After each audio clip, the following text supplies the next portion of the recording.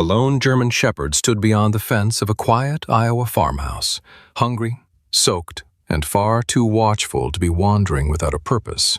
Retired Navy SEAL Daniel Foster left a bowl of food in the snow, expecting the dog to disappear before morning.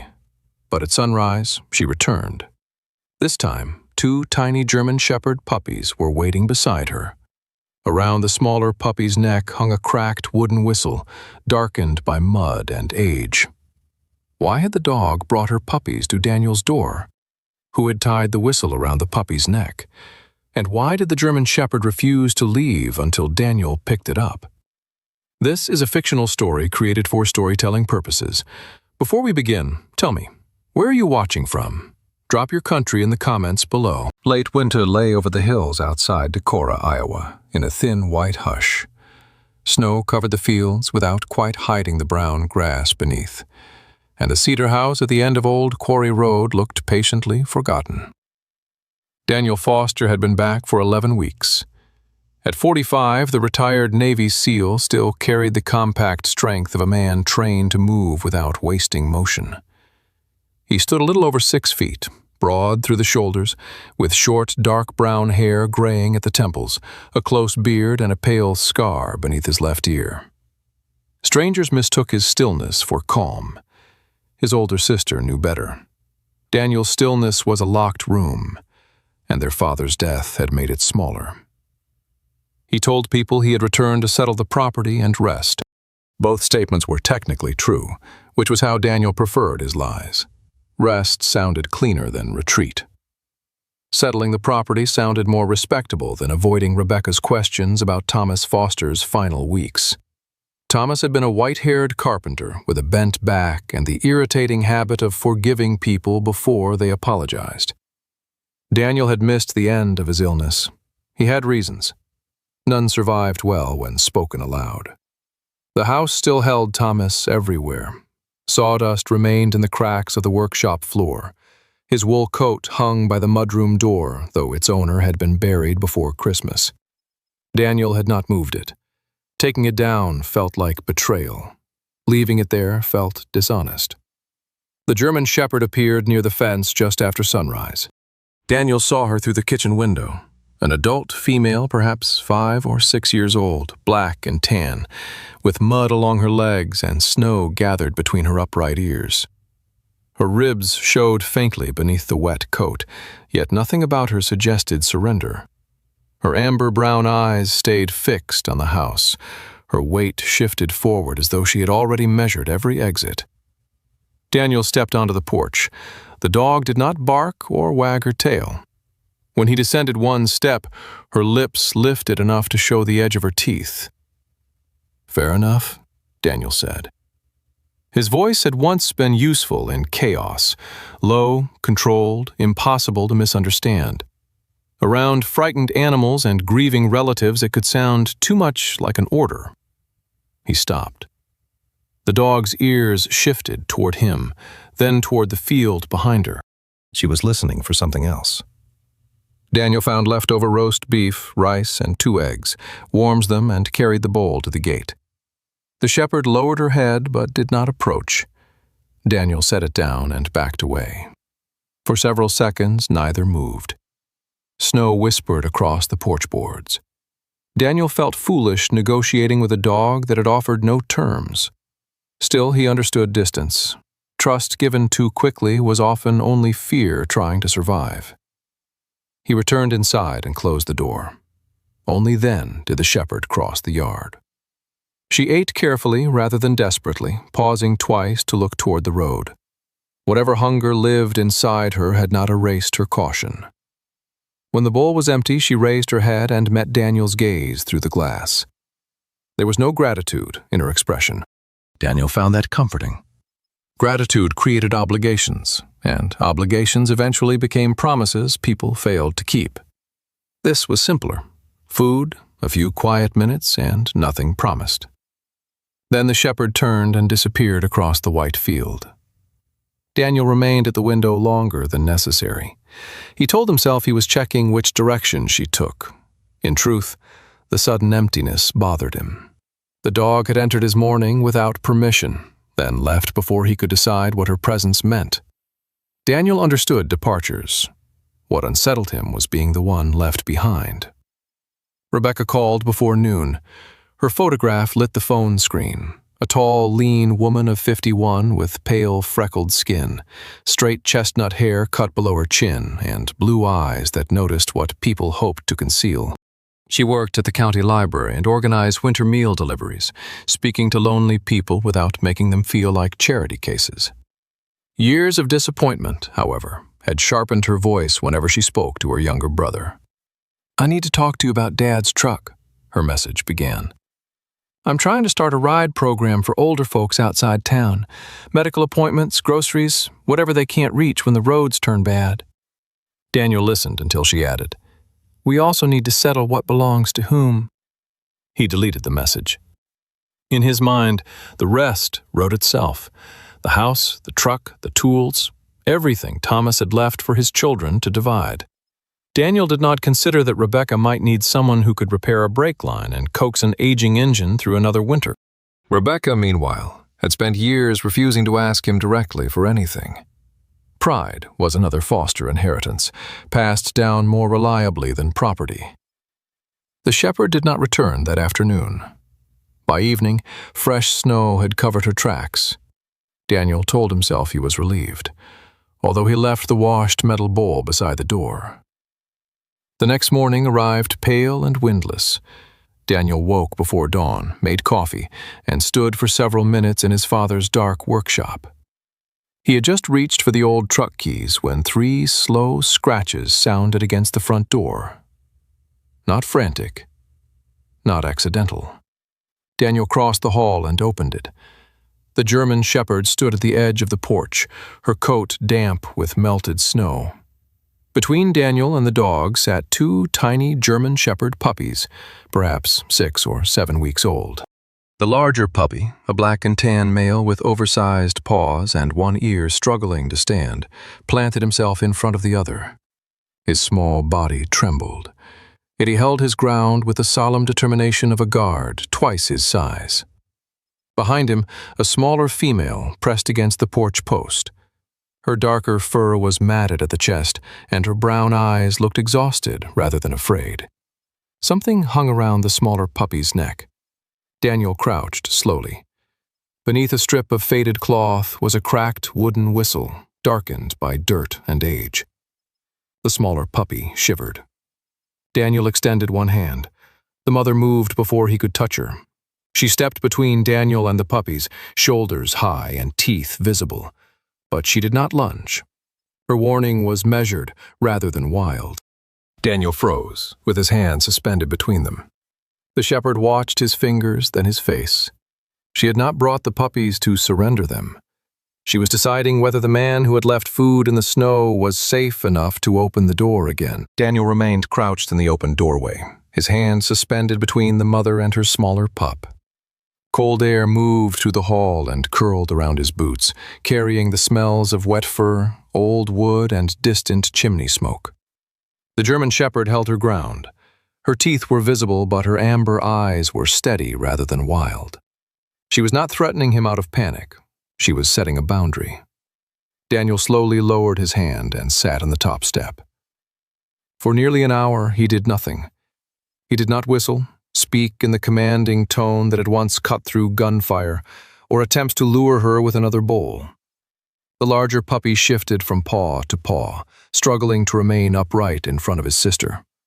The smaller female kept her body pressed against the porch post, the cracked wooden whistle resting against her narrow chest.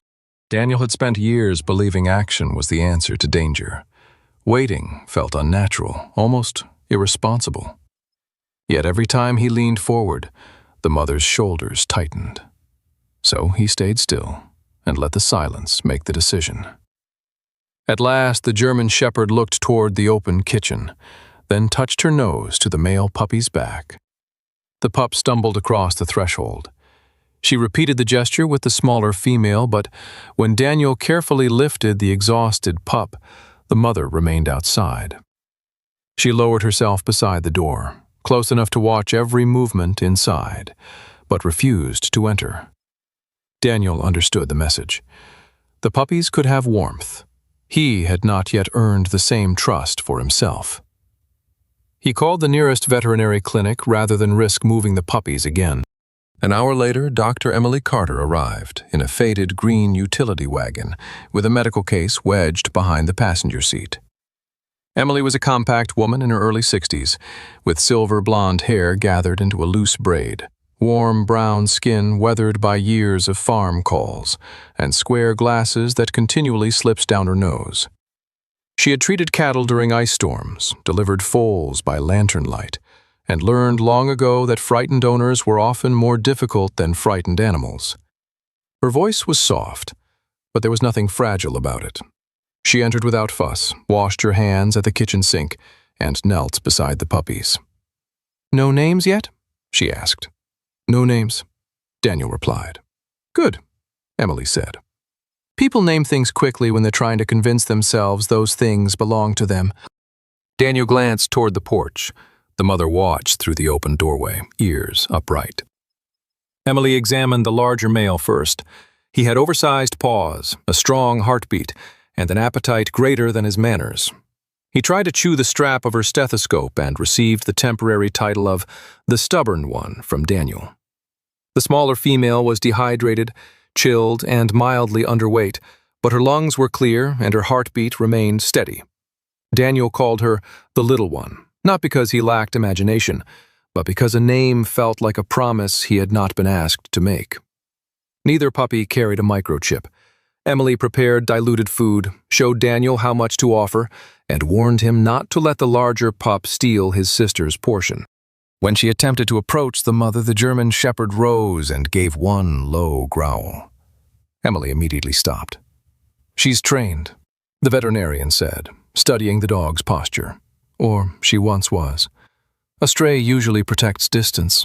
This one protects positions. Daniel noticed the distinction. The mother had chosen a place from which she could guard the door, the puppies, and the road at once. Emily left antibiotics only as a precaution and promised to return if the mother allowed it. Before driving away, she rested one hand on Daniel's gate. "You can feed them," she said. "You can keep them alive. That doesn't mean they trust you yet." Daniel almost told her he knew the difference. Instead, he looked at the dog and realized he might not. While the puppies slept near the stove, Daniel cleaned the whistle at the kitchen table.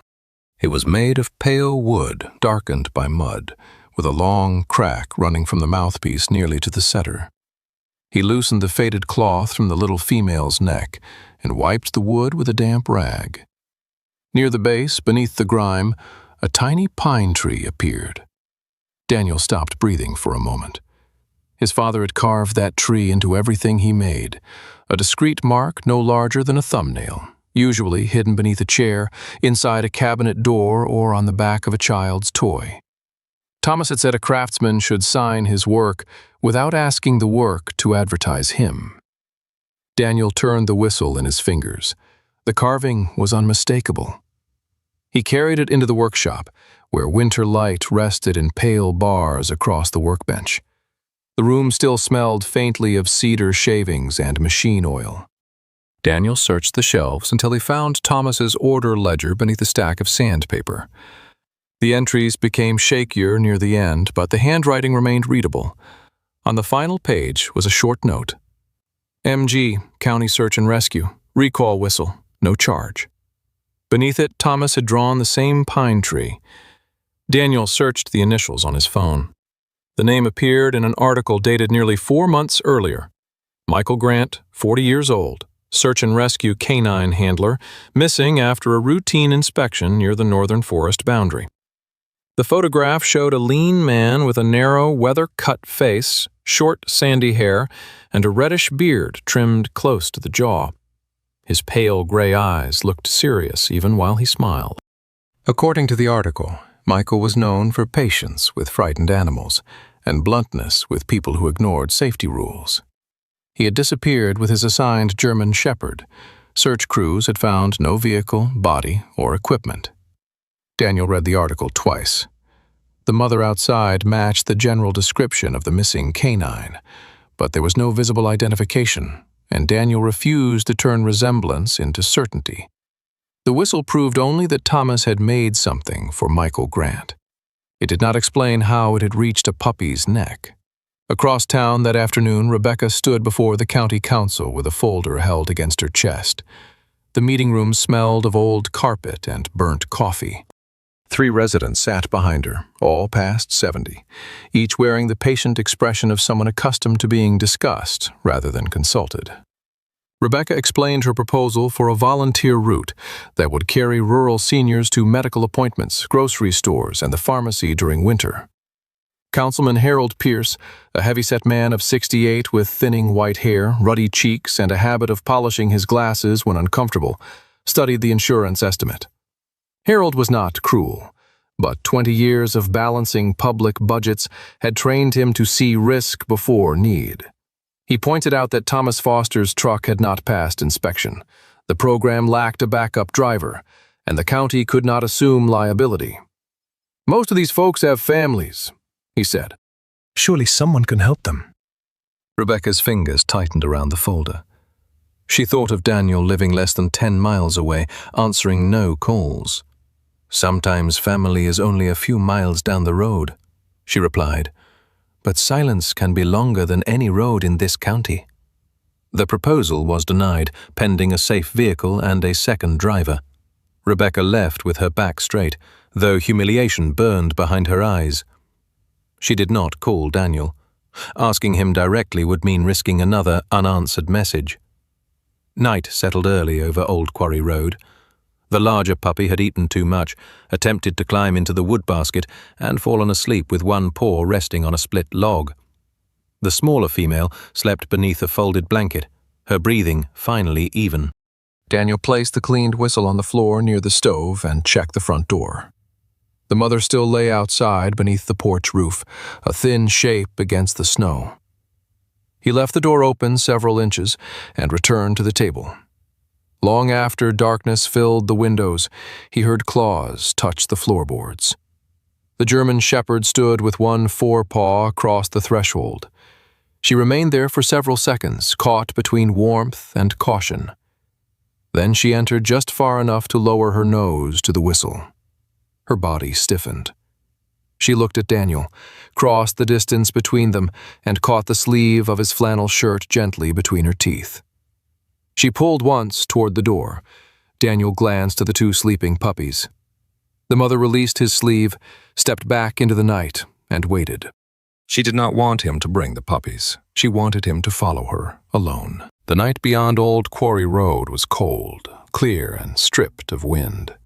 Snow reflected the moon in a pale blue sheen as Daniel stepped outside and pulled the door shut behind him, leaving the 2 puppies asleep beside the stove. He checked the latch twice. The larger male had curled against the smaller female, one oversized paw resting across her back as though even sleep could not excuse him from guard duty. The mother German shepherd waited at the edge of the yard. When Daniel approached, she turned without encouragement and moved toward the northern field. She did not look back immediately. Only when she reached the fence did she pause and confirm that he was following. Daniel carried a flashlight, the cracked wooden whistle, and the caution of a man who had survived long enough to distrust every trail that appeared too deliberate. Yet the dog's path was not uncertain. She crossed the snow at a steady pace, stopping beside several leaning posts where old signboards had once stood. At each empty post, she briefly touched her nose to the wood before continuing. Daniel began to understand that she was not merely remembering the land. She was following instructions laid into her through repetition. The trail bent through a stand of bare maple trees and descended toward a county road that had not been plowed since the last storm. Beyond it stood a sagging chain-link fence surrounding 3 low buildings. A weather-bleached sign lay face down in the snow. Daniel lifted one edge with his boot and read the faded words beneath. Winneshiek County Search and Rescue Training Center. The property had been closed for nearly 2 years after budget cuts merged its operations with another county. The German shepherd passed through a section where the fence had collapsed beneath a fallen branch. Daniel followed. Noticing how she avoided broken glass and crossed the yard along the narrow strip of packed ground where handlers and dogs must once have walked. She stopped before a storage building with peeling gray paint and a rusted metal door. The lock still hung from the latch, but the frame had split near the lower hinge. The dog sat beside it, ears forward, waiting. Daniel pushed against the door until the damaged wood gave enough for him to slip inside. The German Shepherd followed, but remained close to the entrance, positioned to watch both him and the yard. The flashlight beam moved over stacked training barriers, rotting rope, orange scent cones, and kennels with their gates hanging open. The air smelled of dust, damp paper, and old animal bedding. Daniel searched a row of dented filing cabinets until he found one drawer that had not rusted shut. Inside were training reports, sealed in plastic sleeves. Most had blurred dates and water stains, but several folders remained readable. One was labeled Grant, Michael, Canine Unit. The first page held a photograph. Michael Grant stood in a grassy field beside a female German Shepherd. He looked younger than in the missing person article, lean and long-limbed, his sandy hair uncovered and his reddish beard brighter in the sun. One hand rested lightly behind the dog's shoulders, not gripping, merely present. The German Shepherd in the photograph had the same upright ears, dark saddle, and amber-brown eyes as the animal beside Daniel. More important was the pale brown marking on her chest, curved like a narrow crescent moon. Daniel lowered the photograph and aimed the flashlight at the dog standing near the door. Beneath the wet black fur, the crescent-shaped marking was visible. Under the photograph, typed in block letters, were the words, Canine Riley, Search and Rescue Unit. Riley, Daniel said, quietly. The dog's right ear turned toward him. Her body did not soften, and she did not approach, but her eyes held his for a moment. It was the first response she had given to anything resembling a name. Daniel repeated it once, not as a command, but as recognition. Riley looked away toward the kennels. A name, he realized, did not make her his. It merely restored one small thing the months outside had tried to erase. Farther into the file, Daniel found a veterinary note made several weeks before Michael's disappearance. Riley had escaped a damaged kennel during a joint training exercise involving several regional canine teams. She had been recovered the following morning. The report recommended monitoring for pregnancy because she had spent several unsupervised hours near an unneutered male German Shepherd from another unit. No later examination had been recorded. Daniel thought of the two puppies asleep in his kitchen, the bold male with the uncertain ear, and the smaller female wearing Thomas's whistle. Riley had likely been pregnant when she disappeared with Michael. Whatever had happened afterward, she had given birth away from the kennels, kept both puppies alive through winter, and finally carried out a route someone had taught her long before they were born. A second folder contained training materials written in Thomas Foster's familiar hand. Daniel recognized the square lettering and the habit of underlining important phrases twice. Thomas had volunteered to build scent boxes, wooden markers, and custom whistles for the canine program. One document listed emergency refuge points for handlers working beyond radio coverage. Thomas's cedar house on Old Quarry Road was included as a secondary shelter. Riley had been trained to reach it by following a repeated route, and the scent of a recall whistle made from wood kept in Thomas's workshop. The cabin had stored blankets, water, food, and a medical kit. Daniel felt an uncomfortable shift inside him. Riley had not chosen him. She had not somehow recognized Thomas's son beneath the beard, scar, and accumulated silence. She had chosen the house, the route, the whistle, and years of training had brought her to the door. Daniel should have felt relieved to be removed from the mystery. Instead, some smaller, less reasonable part of him felt disappointed. He discovered the recorder beneath a loose panel at the back of the cabinet. It was an old digital model wrapped in oilcloth. The batteries were nearly dead, but the screen flickered when Daniel pressed the power button. One file carried a date 5 days after Michael Grant had officially vanished. Daniel played it. At first, there was only static and uneven breathing. Then Michael's voice emerged, weak and hoarse. "Riley, if I can't take them myself, bring the 2 little ones to Thomas Foster's cabin. Use the old route. Check whoever opens the door before you go inside." A long pause followed. Somewhere in the recording, a puppy made a thin, distant sound.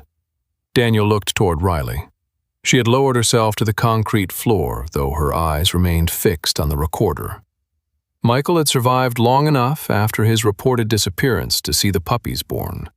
He had also returned to this place, or sent the recorder here through someone he trusted. Neither possibility made the abandoned building feel empty anymore. Daniel brought the files and recorder home before daylight.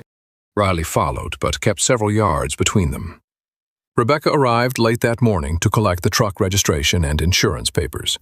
Her chestnut hair was damp from snow, and frustration had drawn a narrow line between her blue eyes. She stopped in the kitchen when the larger puppy charged her boot and fastened his tiny teeth around one shoelace. "Apparently Dad left you a guard dog," she said. "A very short one." Daniel almost smiled. The smaller female retreated beneath the table. Rebecca sat slowly on the floor, not reaching for her. After several minutes, the puppy crept forward and placed her chin across Rebecca's ankle. Neither sibling moved. For nearly 20 minutes, they remained in the same room without accusation. Daniel noticed how tired his sister looked. Rebecca noticed the fresh scratches on his hands. Neither asked the question that would force the silence to become difficult again. After Rebecca left with the papers, Daniel returned to the recorder. The first message had more audio after a long section of static. He increased the volume. Michael's breathing sounded shallower now. "Don't go to the county police first," he whispered. "Find my mother. She knows the part I got wrong." The recording ended. Daniel sat alone at the kitchen table with the cracked whistle in one hand and the recorder in the other. Riley watched from the doorway. This was no longer the story of a missing hero and the loyal dog who had found a way home.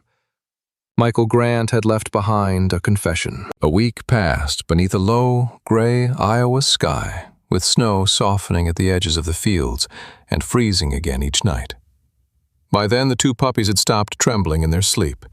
The larger male had developed the confidence of a creature convinced every closed cupboard contained something meant for him. The smaller female remained cautious, studying each new sound before deciding whether the world was ending or merely settling. Riley had begun sleeping just inside Daniel's kitchen door, never farther than a few strides from her puppies. She accepted food from his hand but refused casual touch.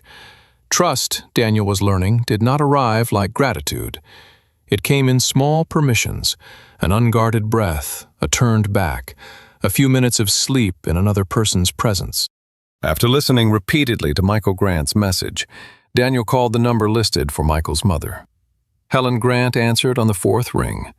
Her voice was low and dry, with none of the hopeful trembling Daniel expected from the mother of a missing man. When he mentioned Riley, the silence on the line lasted so long that Daniel checked whether the call had ended. Helen finally gave him an address outside town and said, "Bring the dog. Bring whatever else came with her. Don't bring me comfort unless you can prove it."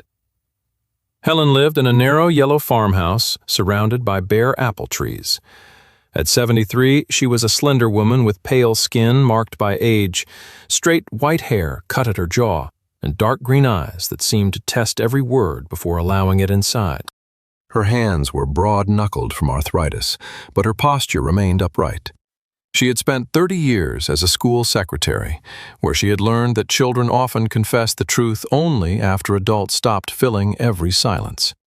Michael's disappearance had sharpened that patience into something harder. Neighbors had brought casseroles, prayers, and phrases such as closure and acceptance.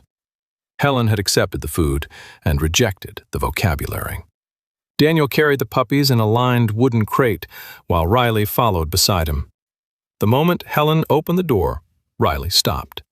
Her ears lifted, and something changed in her face. Not softness exactly, but recognition complicated by caution. Helen's mouth trembled once. She did not call Riley's name or reach toward her. Instead, she lowered herself carefully onto the porch step, leaving several feet between them. "I won't make you prove anything," Helen said. Riley remained still. Then she crossed the distance, slowly enough that each step appeared chosen. She lowered her head onto Helen's knees. Helen placed one hand on the dog's neck and closed her eyes. No tears came immediately. Grief had lived inside her too long to perform on command. After several seconds, Riley raised her head and looked back toward the crate. The larger puppy had already hooked both front paws over the edge. The smaller one watched from behind him. "She had them after Michael disappeared," Daniel said. Helen studied the puppies, then Riley. "Of course she did," she murmured. "Even now, he's found a way to leave someone else with more questions than answers." Inside, Helen placed coffee on the table and listened to Michael's recording without interrupting. When his weakened voice said that she knew what he had done wrong, her fingers tightened around the cup. Daniel expected denial. Instead, Helen stood, opened a desk drawer, and removed a thick envelope. "Michael was under investigation before he vanished," she said. "The rescue unit received donations after the spring floods. Nearly $12,000 disappeared. He altered mileage logs, changed duty times, and left assigned zones without authorization." Daniel looked toward Riley, who lay between the puppies and the front door. "Why?" "That was always Michael's most dangerous question," Helen replied. "He thought a good enough reason made every rule negotiable." The envelope contained copied receipts, fuel records, pharmacy invoices, and handwritten addresses from isolated farms. Daniel recognized several locations from northern county maps. The purchases were not expensive luxuries. They were heart medication, canned food, heating oil, portable heaters, batteries, and winter blankets. Michael had diverted donations to residents whose emergency calls had been marked low priority. Some callers spoke too softly for dispatchers to understand. Others became confused while giving addresses. A few ended calls because they were embarrassed to admit they had no food or heat. "He found an elderly man asleep beside an open oven because the furnace had failed," Helen said. "Another woman had cut her pills in half for 3 weeks." Michael reported both cases. Nothing changed quickly enough for him, so he began changing things himself. "He helped them," Daniel said. "Yes." "He also stole money." "Yes."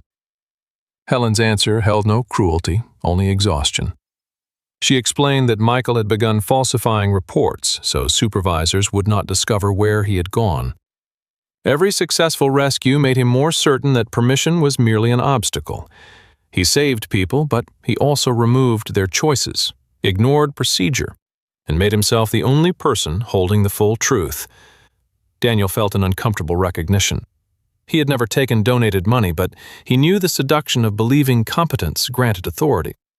When a person could fix a problem, asking permission felt inefficient. In the field, hesitation could cost lives. At home, that same instinct could cost something less visible and harder to repair. During the days that followed, Daniel continued caring for the puppies. The mail charged into every room, bowl, and snowbank as if the next discovery might disappear without him. Daniel named him Jack, a plain, sturdy name for a puppy who always moved first and considered consequences later. The smaller female took longer.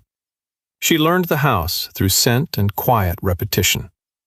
Once, while standing near the frozen flower bed beside the porch, Daniel remembered the small white blossoms his mother had planted there every spring. She had called them molly flowers, though that was never their proper name. They returned after harsh winters without demanding anyone notice. He began calling the smaller puppy Molly. The name suited her cautious persistence. Rebecca discovered the repaired brakes 3 days later. She had come for another box of truck documents and found Daniel beneath the vehicle, grease across his knuckles and a new brake line already installed. "You fixed it," she said. "The old line was nearly gone." "I didn't ask you." "The council rejected the route because the truck wasn't safe." "They also rejected it because I don't have a second driver." "I can drive." Rebecca's expression tightened. That isn't the point. Daniel slid out from beneath the truck.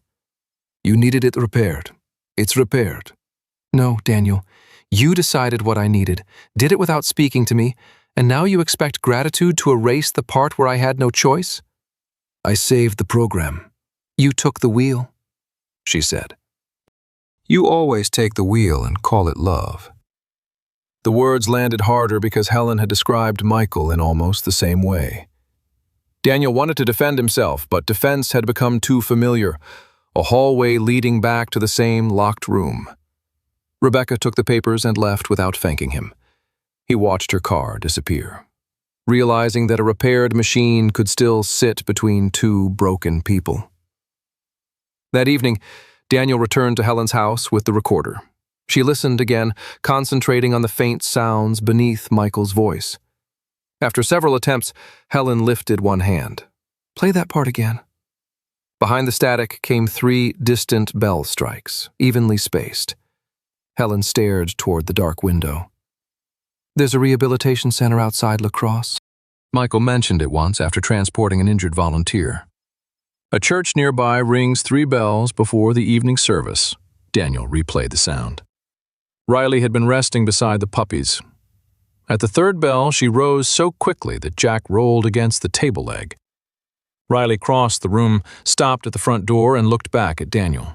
She knew the bells. Morning broke over La Crosse beneath a washed-out winter sky, the Mississippi beyond the city like dull steel.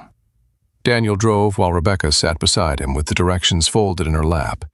Helen rode in back with Riley, one hand resting near the dog without touching her. Jack and Molly traveled in a padded crate behind the seats.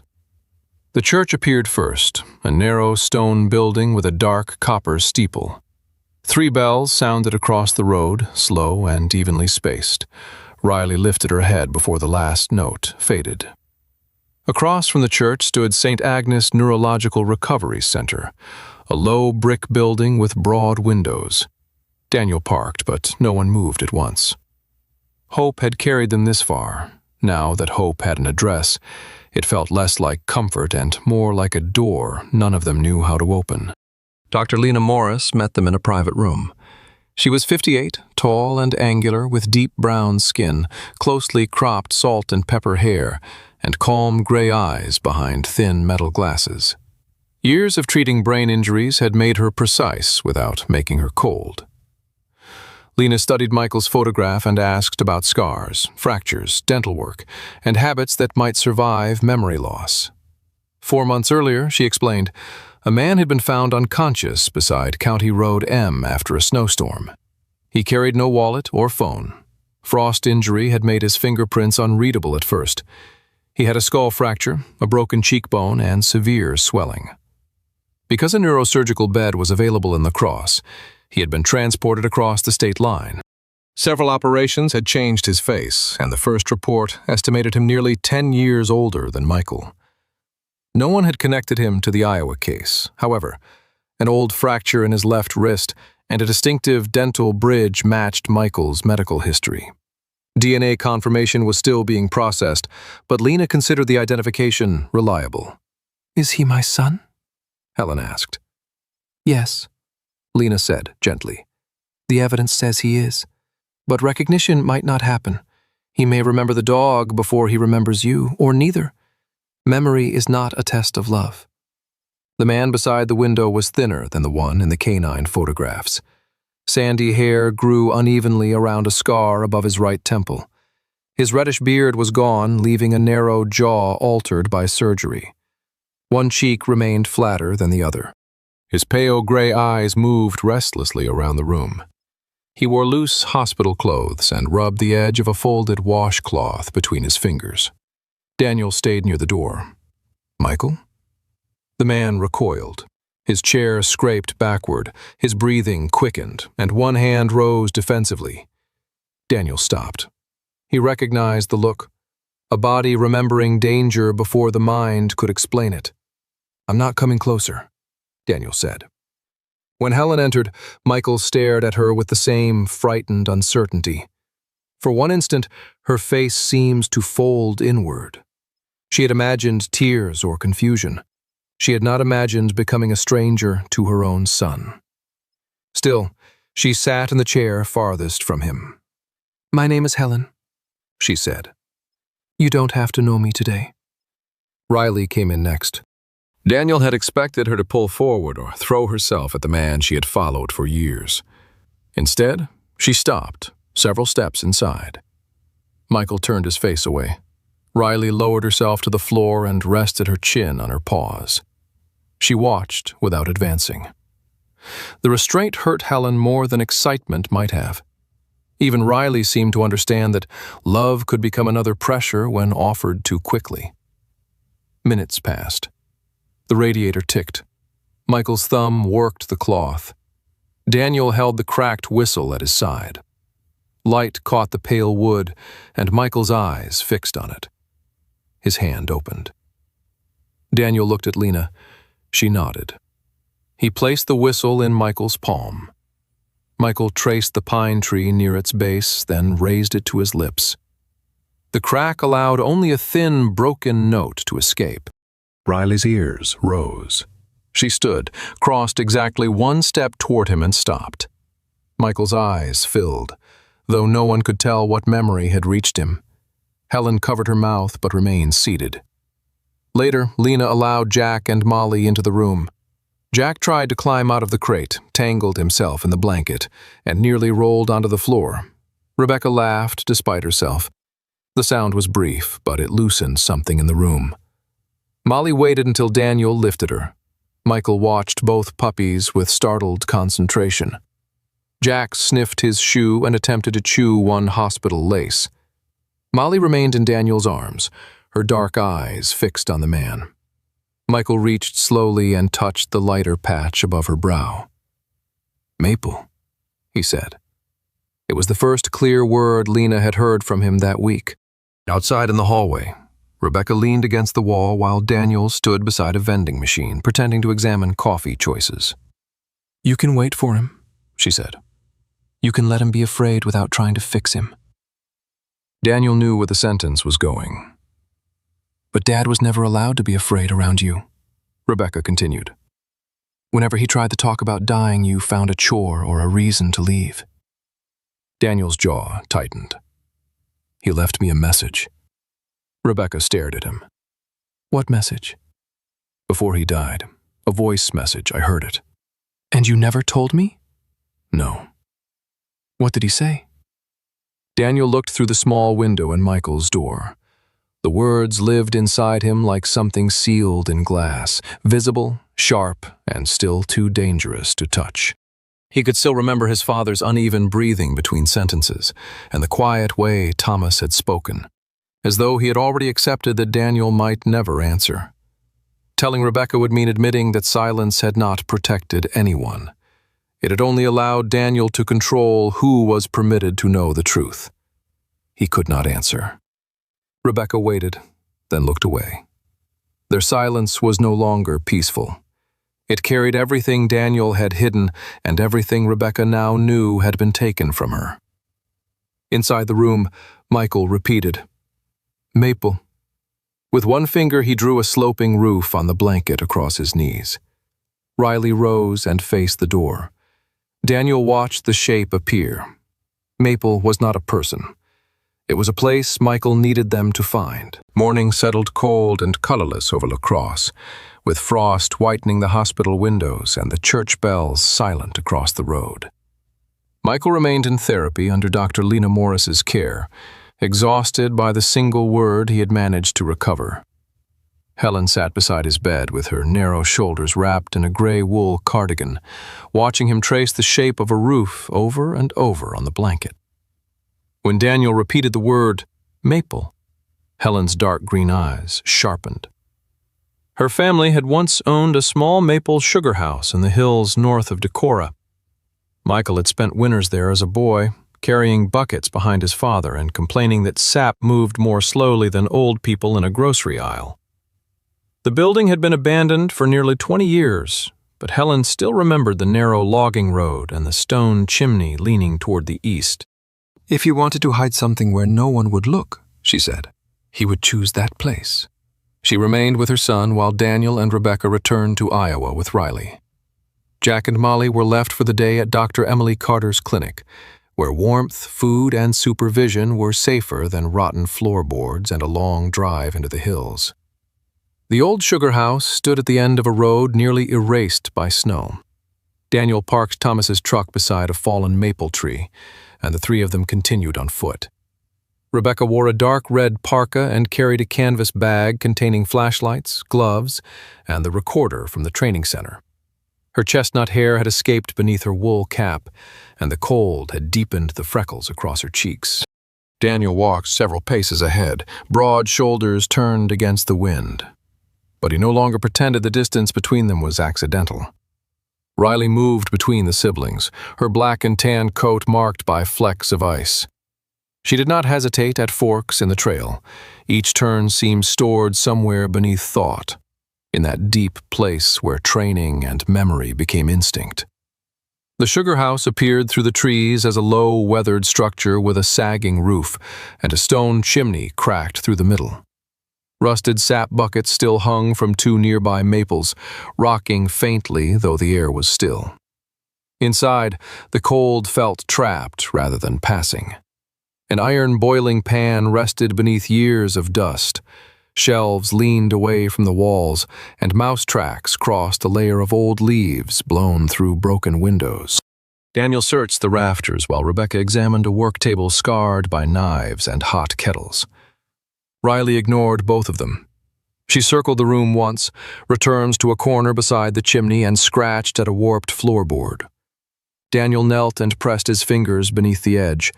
The wood lifted more easily than it should have, revealing a shallow space lined with stones. Inside lay a dark, waterproof case wrapped in two plastic feed sacks. Riley stood over it until Daniel pulled it free, then stepped back and watched. The case contained no dramatic confession written in a single hand. It held ordinary things: pharmacy receipts, heating oil invoices, grocery lists, printed emergency call summaries, handwritten addresses, internal county memoranda, and copies of contracts with a private dispatch company. Yet the ordinary nature of the papers made them heavier. Human suffering had been reduced to columns, codes, and percentages. Rebecca spread the documents across the table. The county had hired a private company to build an automated system for prioritizing non-police emergency calls. It had been sold as a way to reduce response times and control overtime costs. The scoring method rewarded callers who spoke clearly, confirmed an exact address, answered every question, and remained on the line. Short calls received lower scores. So did calls containing long pauses, trembling voices, repeated statements, or incomplete information. The people most likely to sound confused, Rebecca said, were the people least able to wait. Daniel found several internal warnings. Dispatchers had reported that elderly callers with hearing loss, memory problems, breathing difficulties, or fear often received low-priority classifications. A review committee acknowledged the pattern but recommended gathering more data before changing the system. Another memorandum warned that admitting the flaw could expose the county to lawsuits and expensive emergency staffing requirements. There was no single name circled in red. No villain had designed the system with the intention of abandoning old people. One group wanted lower costs. Another feared legal responsibility. Someone postponed a meeting. Someone else assumed another department would act. By the time responsibility had been divided among enough desks, it had almost disappeared. Michael had seen the results in actual houses. He had used rescue team donations to purchase heart medication, canned food, batteries, portable heaters, blankets, and heating fuel.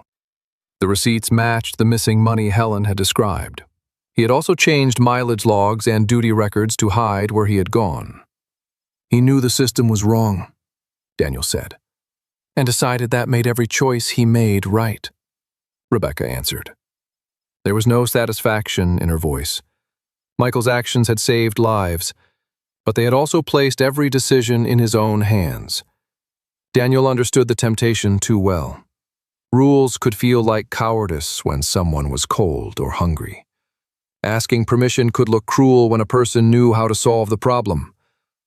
But once a man convinced himself that only he understood what had to be done, compassion could begin to resemble control. Near the bottom of the case was a small recorder labeled Thomas Foster. Daniel's hand stopped above it. Rebecca noticed. "You know what's on that?" Daniel did not deny it. The recording began with Michael's voice documenting a welfare check at the Foster house. Thomas had fallen beside the kitchen table and could not stand. His emergency call had lasted less than 20 seconds because he was short of breath and had forgotten to give the road number. The system placed him below several clearer calls. Michael had recognized the surname, ignored his assigned route, and driven to the house himself. Then Thomas spoke. His voice was thin but unmistakable, carrying the dry humor that had once filled every room without asking permission. "I'm angry with Daniel," he said. "People keep telling me not to be because he served his country and because anger is heavy for an old man. Well, so is firewood. I carried that long enough." Rebecca lowered her eyes. Thomas continued after a breath. "He says he'll come when he can. Every time a truck turns into the road, I listen. I know the sound of his engine, or I used to. I have not forgiven him for staying away, not completely. But love is an irritating thing. It doesn't always leave when it ought to." The recording ended with Thomas agreeing to keep emergency supplies at the house and allow it to serve as a refuge point for Riley. Daniel stood motionless. The audio in the box was a copy. Michael had sent the original file to Daniel before Thomas's funeral, when Michael was still trying to document the failures in the dispatch system. Daniel had listened to it alone and told no one. "I thought it would only hurt you," he said.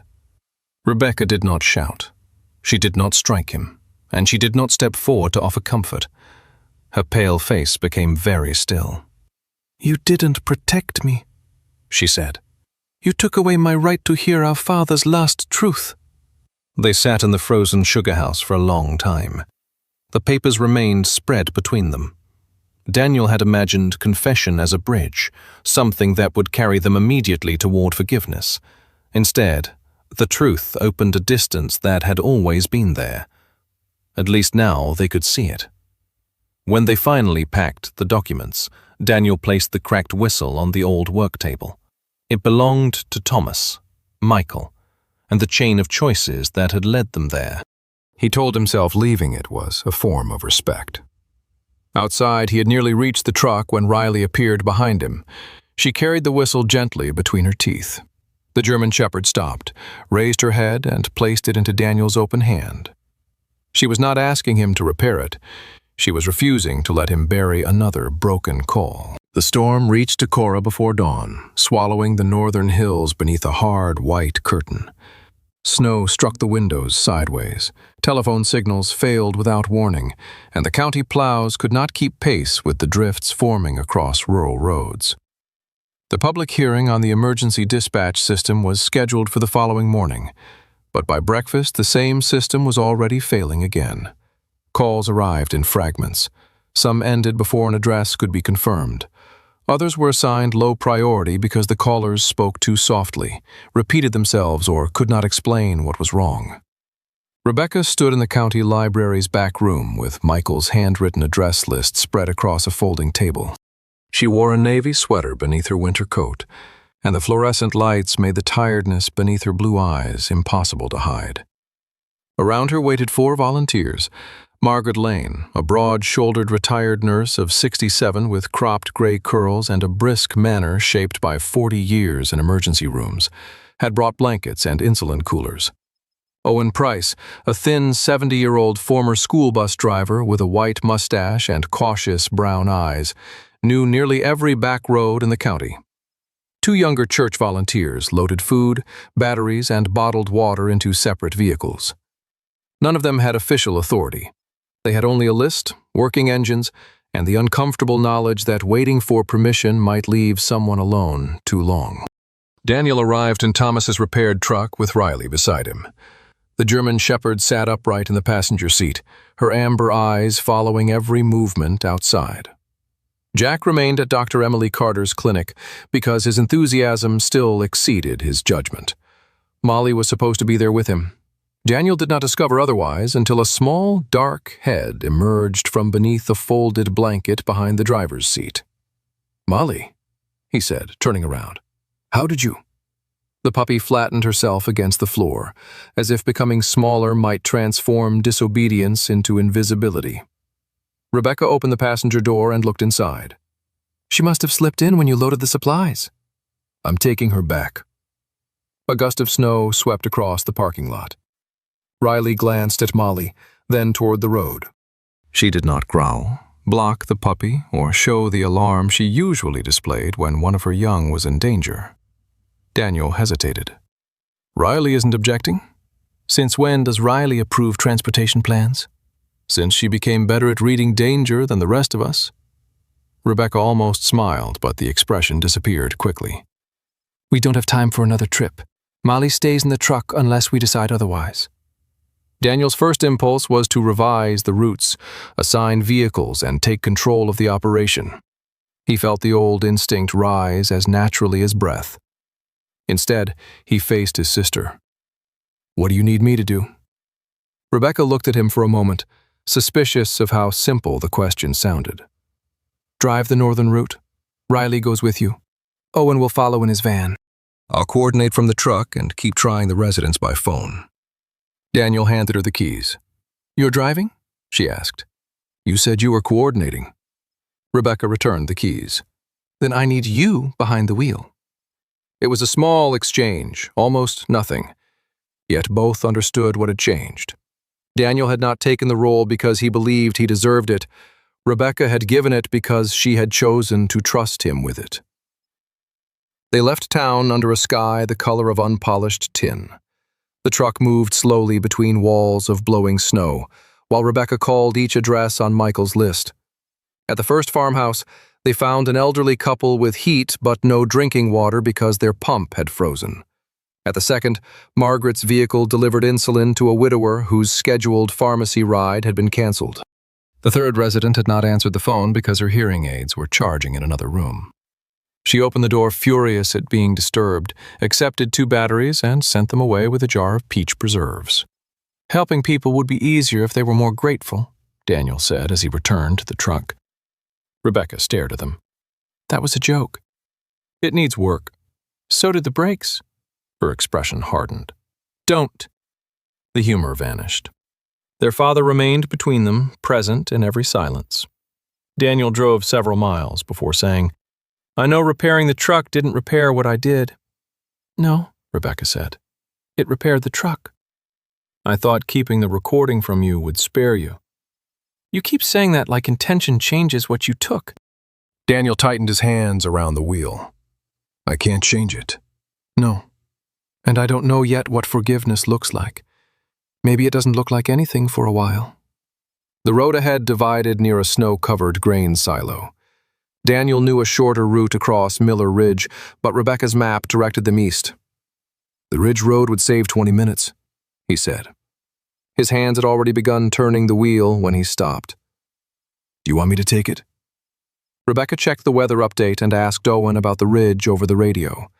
Owen warned that one section had not been plowed. "Stay east," she said. Daniel obeyed without argument.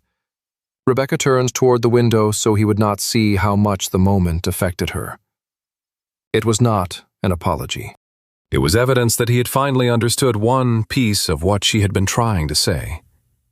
Near dusk, they reached the last address, a weathered white house belonging to Dorothy Hale.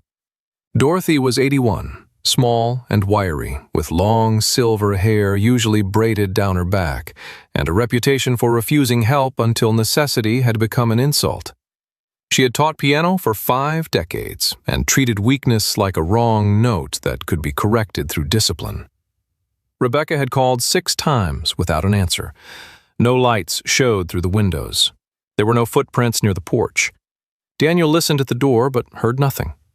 "We should move on to the next vehicle check," he said. "We don't have probable cause to force entry." Riley walked past him and pressed her nose against the narrow opening where the door had failed to latch. Then she sat and stared at the gap. Molly began whining beneath the blanket. Before Daniel could stop her, the puppy squeezed through the opening. A moment later, sharp, repeated barks sounded from inside. Daniel pushed the door wider. The house smelled of cold ash. Dorothy lay on the floor beside a silent cast-iron stove, one hand trapped beneath her hip. Her pale face was conscious but confused. She had fallen while carrying wood, and the stove had gone out hours earlier. Her telephone had landed beneath a chair beyond her reach. Margaret arrived minutes later and assessed her while Daniel restarted the fire. Molly sat beside Dorothy's shoulder, trembling but refusing to move. Each time Dorothy's eyes drifted closed, the puppy barked once and nudged her sleeve. "She's a nervous little thing," Dorothy whispered. "So are sensible people," Rebecca said, wrapping a blanket around her. "They just stay when it matters." Molly had not broken down a door or charged into danger. She had found an opening, entered a quiet room, and remained with someone the system had failed to hear. Daniel watched the puppy and understood that courage did not always arrive loudly. Sometimes it was merely the refusal to leave. By the time the vehicles returned to the town hall, darkness had covered Decorah. Dozens of residents waited beneath the yellow entry lights with coffee, towels, and questions. Michael's list had led the volunteers to 5 people who needed urgent assistance before official calls were processed. No one cheered as though they had won something. The knowledge that the failures had repeated during the very storm preceding the hearing left little room for celebration. Near the entrance stood State Investigator Naomi Brooks, a 49-year-old woman with warm brown skin, shoulder-length black hair streaked with silver, and a composed expression that suggested she preferred documents to speeches. She had spent 20 years examining public service failures, and had learned that most disasters were built from small decisions made by people who believed someone else would correct them. Daniel carried the waterproof box from the truck and placed it in her hands. "This is everything Michael kept," he said. Naomi looked toward the volunteers, Riley and Molly sleeping inside Rebecca's coat. "Then tomorrow," she replied, "we make sure the record includes the people the system could not understand." The following morning, Michael Grant was brought to the hearing in a wheelchair, with Helen beside him and Riley walking close to his left side. This time, the story would not belong only to those who could still speak in complete sentences. The morning of the hearing arrived beneath a bright winter sky.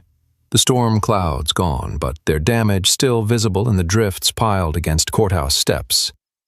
Inside, the county chamber was full long before proceedings began. Elderly residents sat beside adult children, volunteer drivers, dispatch workers, and families who carried folders thick with unanswered calls.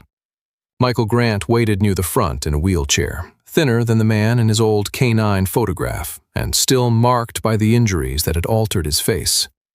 His sandy hair had been trimmed around the scar above his temple, and a faint reddish beard had begun to return along his narrow jaw. Helen sat on one side of him, composed in a dark green coat, while Riley lay on the other, her black and tan body pressed close enough for Michael to rest his fingers against her shoulder. Daniel and Rebecca sat several rows behind them.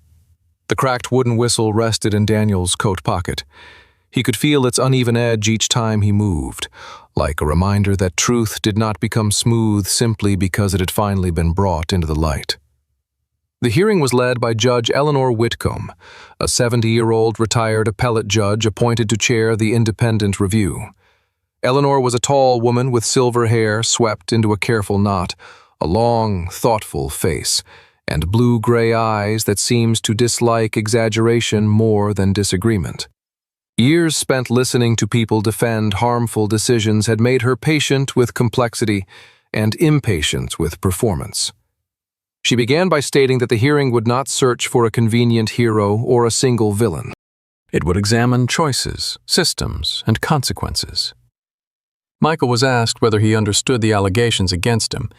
His speech remained uneven, and Dr. Lena Morris sat nearby in case fatigue or confusion became too great. A prepared statement lay on the table, but Michael insisted on answering the first questions himself. "Money," he said slowly. "I took it. Not mine." His hand tightened around the wheelchair arm. I changed logs, left roots, thought helping made it right. The room remained quiet. Helen did not reach over to protect him from the silence. Riley lifted her head but stayed where she was. Michael continued in fragments. He explained that he had found older residents without medicine, food, or heat after their calls had been classified as low priority.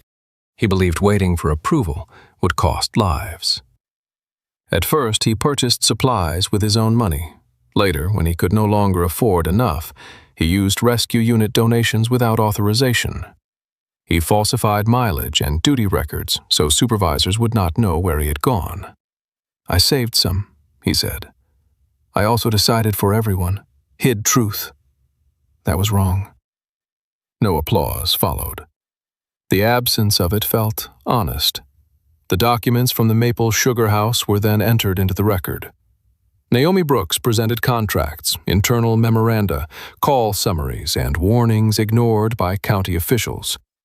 The private dispatch company had designed a ranking system that rewarded clear speech, complete addresses, and continuous responses. People with hearing loss, memory problems, respiratory distress, fear, or confusion were more likely to receive low scores. Several staff members had reported the pattern. Administrators delayed changes because corrections would increase staffing costs and might expose the county to liability. A former dispatcher testified that she had raised concerns twice and been told to trust the model. A woman in her late 60s described finding her brother half-conscious after his broken call had been placed beneath several routine requests. Dorothy Hale appeared with her silver braid over one shoulder and Molly asleep in her lap. Dorothy told the chamber that a frightened puppy had remained beside her when a costly system had failed to understand silence. The hearing did not erase Michael's wrongdoing. Judge Whitcomb stated plainly that compassion did not grant ownership of public money or the right to falsify records. But neither could the county use Michael's misconduct to hide a larger failure. By the end of the day, the private dispatch contract was suspended. An independent investigation was authorized, and affected families were promised public sessions where their experiences would become part of the official record. Emergency call procedures would be temporarily reviewed by human dispatchers whenever a caller sounded confused, elderly, frightened, or unable to complete an address. 3 months later, spring had begun loosening the snow along Iowa roads. Michael moved into a rehabilitation facility 15 minutes from Helen's farmhouse. His recovery refused to follow a clean upward line. Some mornings he remembered every hand signal Riley had ever learned, but forgot whether he had eaten breakfast. On other days, he called Helen Mom with such certainty that she had to turn away before answering. Riley returned to live with Michael and Helen. When Helen opened the car door after the move, Riley stepped out, looked once toward Daniel, and then walked beside Michael's wheelchair without hesitation. Daniel felt the loss. He did not call it betrayal. Jack began riding with Rebecca on the newly approved neighbor ride route. The energetic puppy developed a habit of stealing gloves from passengers and hiding them beneath the rear seat. He once escaped with 3 oatmeal cookies from a church volunteer and spent the rest of the afternoon looking proud of his criminal career. His favorite passenger was Samuel Reed, an 84-year-old widower with a narrow frame, a bald head, heavy white eyebrows, and the permanently suspicious expression of a man who had spent 40 years repairing farm machinery. Samuel announced each week that he disliked dogs. He also began carrying sausage pieces in his coat pocket and became offended whenever Jack greeted someone else first. Molly remained with Daniel. Loud noises still sent her beneath the kitchen table, and she would probably never become a search and rescue dog. Yet she possessed a quieter gift. During neighbor ride stops, Molly could sit beside a lonely person for an hour without pawing, demanding, or trying to fill the silence. Daniel began taking her to visit Dorothy and several residents who lived alone. He came to understand that usefulness did not require bravery in its loudest form. Sometimes courage was the patience to remain near pain without trying to command it away. Daniel and Rebecca drove together most Saturday mornings. Their reconciliation did not arrive in a dramatic embrace. Rebecca had not fully forgiven him for hiding Thomas's recording. Daniel still sometimes reached for tools before asking what anyone wanted. But now, he stopped himself. "Do you want me to fix that?" he would ask. Sometimes Rebecca said yes. Sometimes she said no. Daniel learned that both answers could be respected. Rebecca, in turn, began saying what she needed rather than waiting for him to guess. Their silence changed. It no longer served as a locked door or punishment. Some mornings they drove for miles without speaking, and nothing hostile lived between them. On a clear morning near the end of winter, Helen brought Michael and Riley to the Cedar House on Old Quarry Road. Jack leaped from Rebecca's vehicle before the door was fully open. Molly raced out of the house, and the two puppies collided on the porch steps, rolling through melting snow like badly aimed bundles of fur. Helen laughed. Michael watched them with a faint smile that appeared slowly, as though returning from a very great distance. Daniel stood in the doorway holding the cracked wooden whistle. He raised it to his lips and blew. The sound came out rough, thin, and incomplete. Riley stood beside Michael. Her ears lifted, and she turned her head toward Daniel. There was no new mystery waiting in the trees. No hidden evidence remained beneath the floor. No one needed rescuing that morning. The fractures between them had not vanished, and perhaps some never would. But the door was open.